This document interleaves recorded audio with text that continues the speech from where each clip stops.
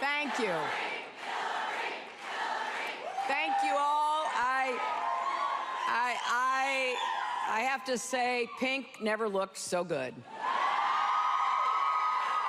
I want to thank my friend and your courageous leader, Cecile Richards. You know, Cecile really is the definition of grace under pressure. She has proven that time and time again over the course of her career, and particularly over the last few years. She really is like another great American, her mother, Ann Richards, who was a friend of mine, and I just wish Ann were here to see this election. She'd have Donald Trump tweeting double time.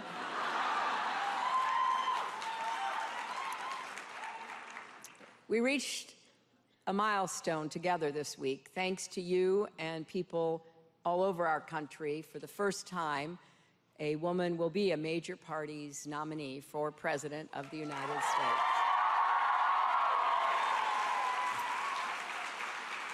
And yesterday, I had the great honor of being endorsed by President Obama and Vice President Biden, and by Senator Elizabeth Warren. So it's been a big week, and there's nowhere I'd rather end it than right here with the Planned Parenthood Action Fund. I'm grateful to the entire Planned Parenthood family. You made this campaign your own.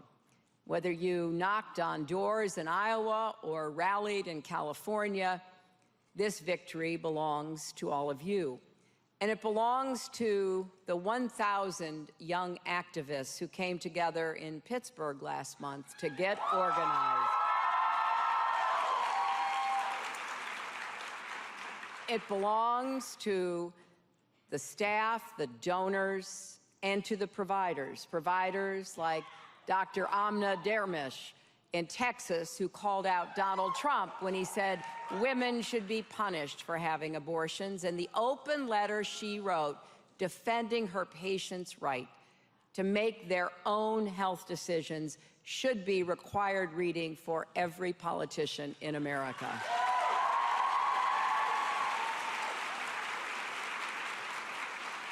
And I am deeply conscious of the reality that this victory belongs to generations of brave women and men who fought for the radical idea that women should determine our own lives and futures. And it belongs to the women and men who continue to fight for that idea today, even in the face of threats and violence.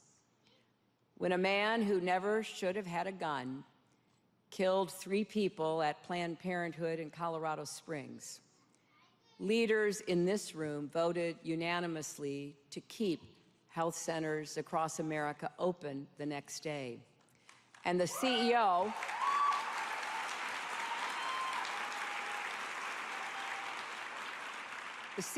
of Planned Parenthood Rocky Mountains made a promise to patients in Colorado and beyond when she said, "Our doors and our hearts stay open." That is really what Planned Parenthood is all about.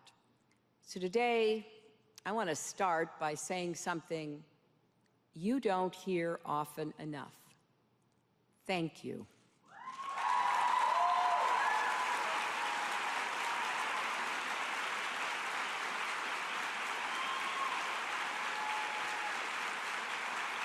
Thank you. Thank you for being there for women, no matter their race, sexual orientation, or immigration status. Thank you for being there for Natasha McQueen in Brooklyn, who told me how Planned Parenthood caught her breast cancer when she was just 33 years old and saved her life. Thank you for being there for college students getting STD testing, the young people who have the tough questions that they're afraid to ask their parents, the sexual assault survivors who turn to Planned Parenthood for compassionate care, the transgender teens who come for an appointment and find the first place where they can truly be themselves. Thank you for being there for your communities, whether that means taking on hostile politicians in Louisiana or handing out clean drinking water in Flint, Michigan.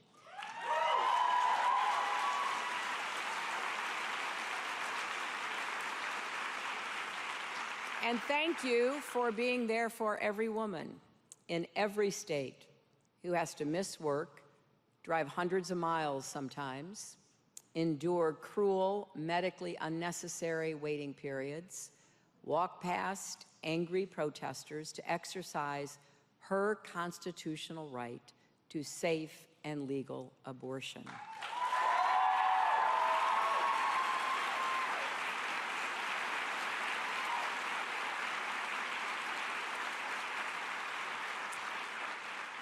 I've been proud to stand with Planned Parenthood for a long time. And as president, I will always have your back.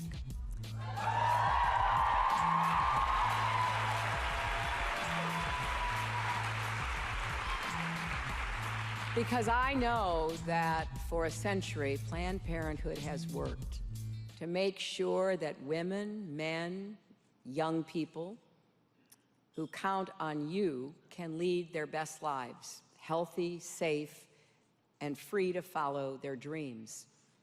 Just think, when Planned Parenthood was founded, women couldn't vote or serve on juries in most states.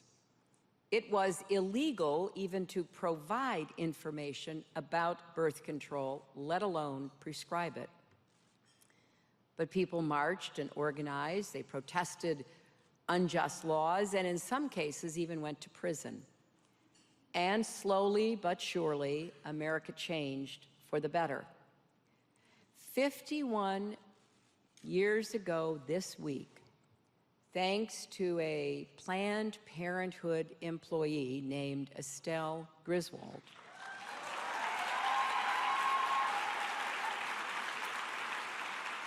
the Supreme Court legalized birth control for married couples across America.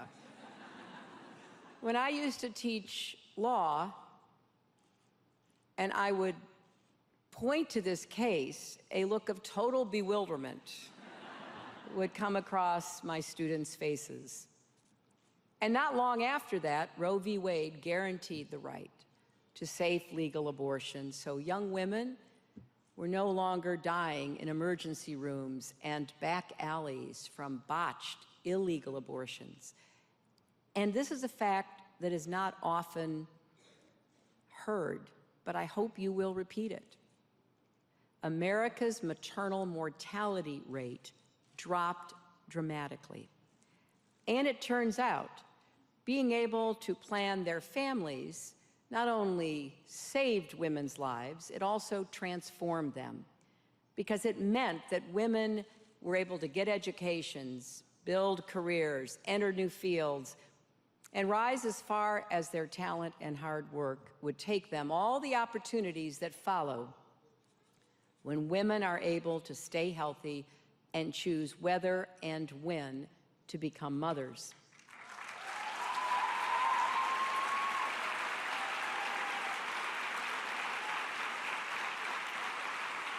And you know so well, today the percentage of women who finish college is 6 times what it was before birth control was legal.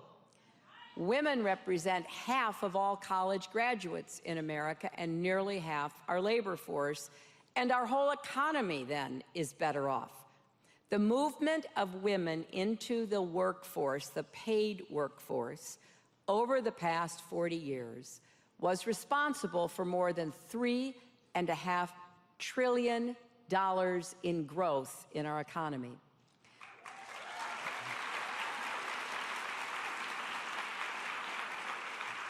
And here's another fact that doesn't get enough attention. Unintended pregnancy, teen pregnancy, and abortion rates are at all-time record lows.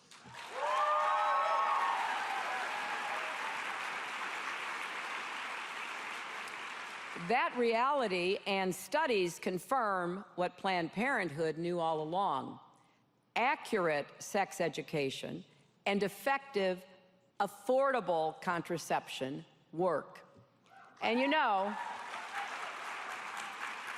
it wasn't so long ago that Republicans and Democrats actually stood together on these issues. Back in the 90s, when I helped create the National Campaign to Prevent Teen Pregnancy, I worked with Republicans to get it done. Now, things feel quite different now, don't they? Instead of working to continue the progress we've made, Republicans, led now by Donald Trump, are working to reverse it. When Donald Trump says, "Let's make America great again," that is code for let's take America backward. Back to a time when opportunity and dignity were reserved for some, not all. Back to the days when abortion was illegal, women had far fewer options, and life for too many women and girls was limited. Well, Donald, those days are over.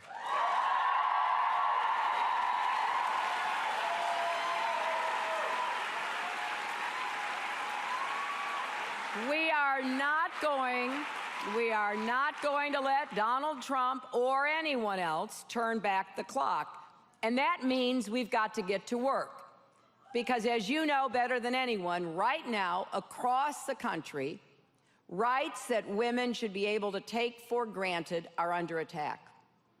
Any day now, the Supreme Court will rule on the Texas law that imposes burdensome and medically unnecessary requirements on abortion providers. If these restrictions are allowed to stand, 5.4 million women of reproductive age will be left with about 10 health centers that provide abortion in a state the size of France. It is the biggest challenge to Roe v. Wade in a generation. It's also yet another reminder of what's at stake on the Supreme Court.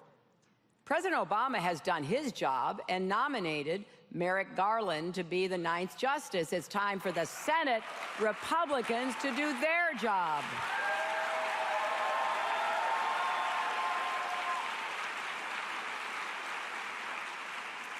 The Senate should give Judge Garland the hearing he deserves.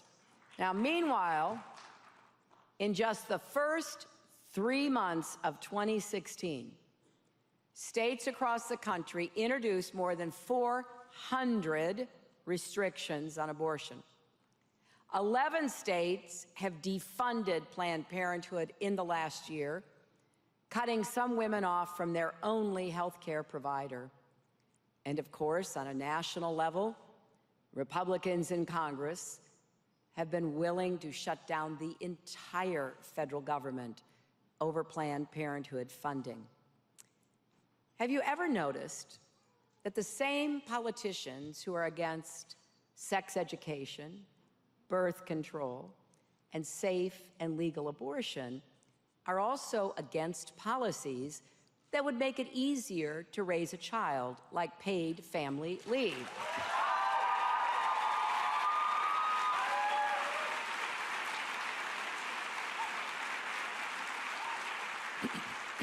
They are for limited government everywhere, except when it comes to interfering with women's choices and rights. Well, I'm here today to tell you we need to be just as determined as they are. We need to defend Planned Parenthood against partisan attacks. If right-wing politicians actually cared as much about protecting women's health as they say they do, they'd join me in calling for more federal funding for Planned Parenthood.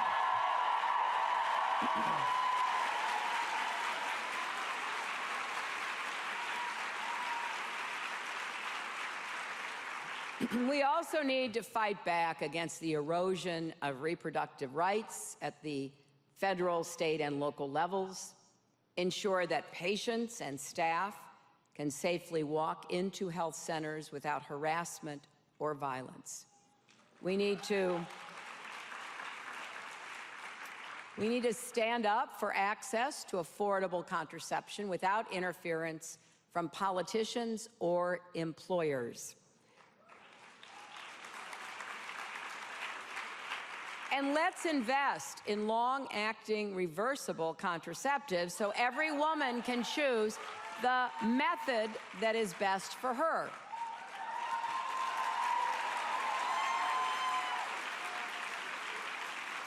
Let's strengthen and improve the Affordable Care Act, which covers 20 million Americans and saves women millions of dollars through no copay preventive care. And let's take action to stop the spread of the Zika virus, which threatens the health of children and pregnant women.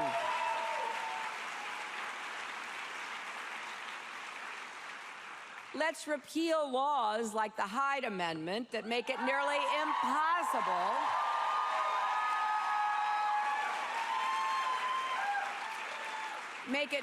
impossible for low-income women, disproportionately women of color, to exercise their full reproductive rights.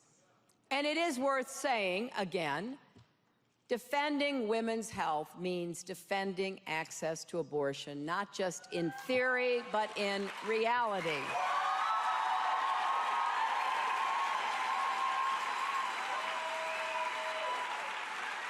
We know that restricting access doesn't make women less likely to end a pregnancy. It just makes abortion less safe. And that then threatens women's lives. For too long, issues like these have been dismissed by many as women's issues, as though that somehow makes them less worthy, secondary. Well, yes, these are women's issues. They're also family issues. They're economic issues. They're justice issues.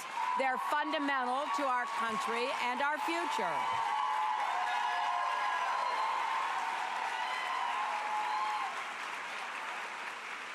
And beyond these specific issues, we need to keep working to support women and families in other ways by getting incomes rising, including the minimum wage, which disproportionately affects women. We need to finally guarantee equal pay for women's work. We need to pass comprehensive immigration reform with a path to citizenship that keeps families together. And we need to break down all the barriers of discrimination and systemic racism that hold too many Americans back.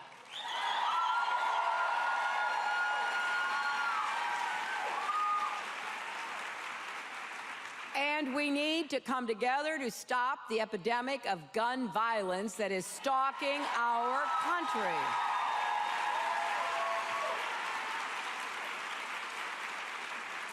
No parent should live in fear that their child will be hurt or killed by gun violence. 33,000 Americans are killed every year. I've met so many mothers on this campaign who have lost their own children. We owe it to them to protect our kids no matter what zip code they live in. And that is going to require standing up to the gun lobby and making this a voting issue. You know, all the issues that we're talking about today are connected. They intersect. And that's why I'm grateful to the reproductive justice leaders in this room and across America.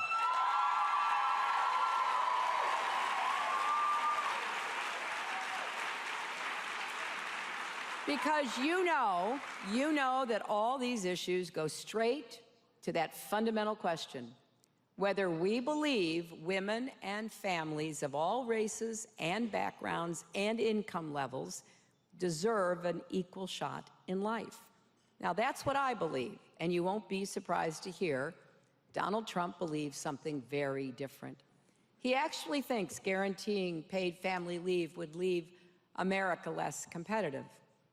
He says if women want equal pay, we should just, and this is a quote, do as good a job as men, as if we weren't already. He wants to appoint justices who would overturn Roe v. Wade. He, of course, wants to defund Planned Parenthood. And he wants to go after so many of the fundamental rights we have, including safe and legal abortions. And he actually said women should be punished for having abortions. Now, once he said that, there was an outcry, as there should have been. And he tried to walk back his comments. He's doing that a lot lately. But anyone who would so casually agree to the idea of punishing women like it was nothing to him, the most obvious thing in the world, that's someone who doesn't hold women in high regard. Because if he did, he would trust women to make the right decisions for ourselves.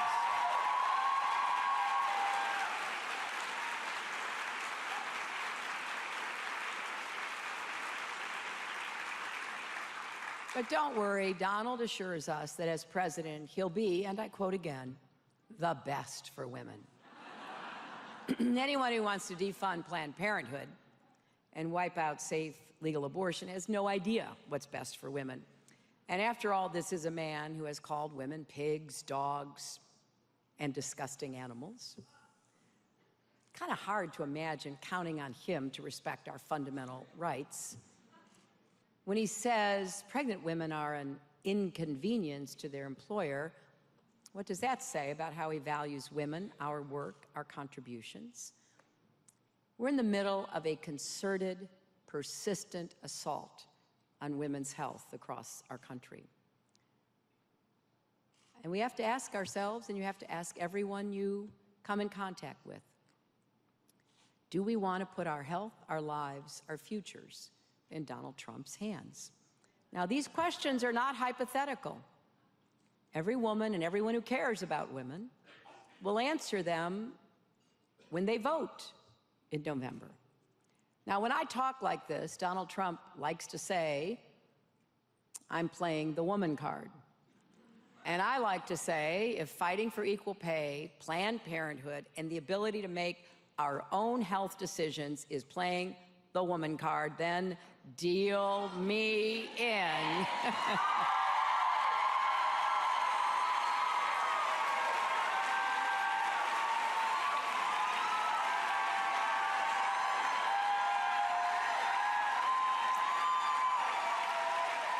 Now, my friends, I come to this issue, of course, as a woman,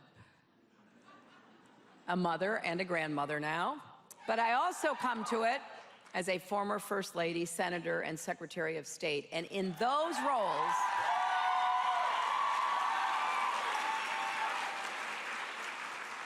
roles, I traveled to parts of the world where girls are married off as soon as they are old enough to bear children, places where the denial of family planning consigns women to lives of hardship.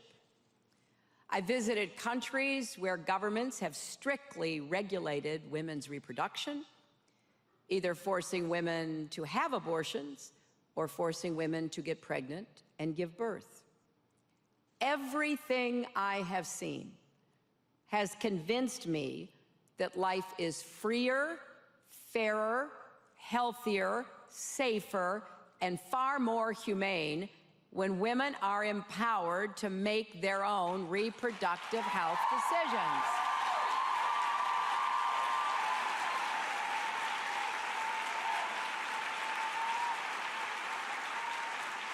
And everything I've heard from Donald Trump often seems to echo other leaders who have a very different view of women. The late, great Maya Angelou said, when someone shows you who they are, believe them the first time. Donald Trump has shown us who he is, and we sure should believe him. And it's not just on reproductive rights. Donald Trump would take us in the wrong direction on so many issues we care about: economic justice, workers' rights, civil rights, human rights, the environment. All of that is on the line in this election. When Donald Trump says a distinguished judge born in Indiana can't do his job because of his Mexican heritage, or mocks a reporter with disabilities, or denigrates Muslims and immigrants, it goes against everything we stand for. He does not see all Americans as Americans. So this election isn't about the same old fights between Democrats and Republicans. They'll be there, don't worry. But this election is profoundly different. It is about who we are as a nation. It's about millions of Americans coming together to say, we are better than this. So here's my promise to you today. I will be your partner in this election and over the long haul. Together, we're taking on the attacks, and together we will come out stronger, just like Planned Parenthood has time and again.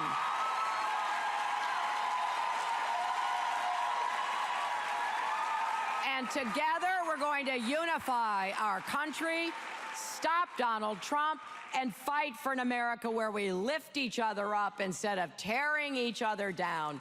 We are not going to just break that highest and hardest glass ceiling. We're going to break down all the barriers that hold women and families back, because you know we do believe we're stronger when every family in every community knows they're not on their own. We are stronger together, and we're going to make history together in November.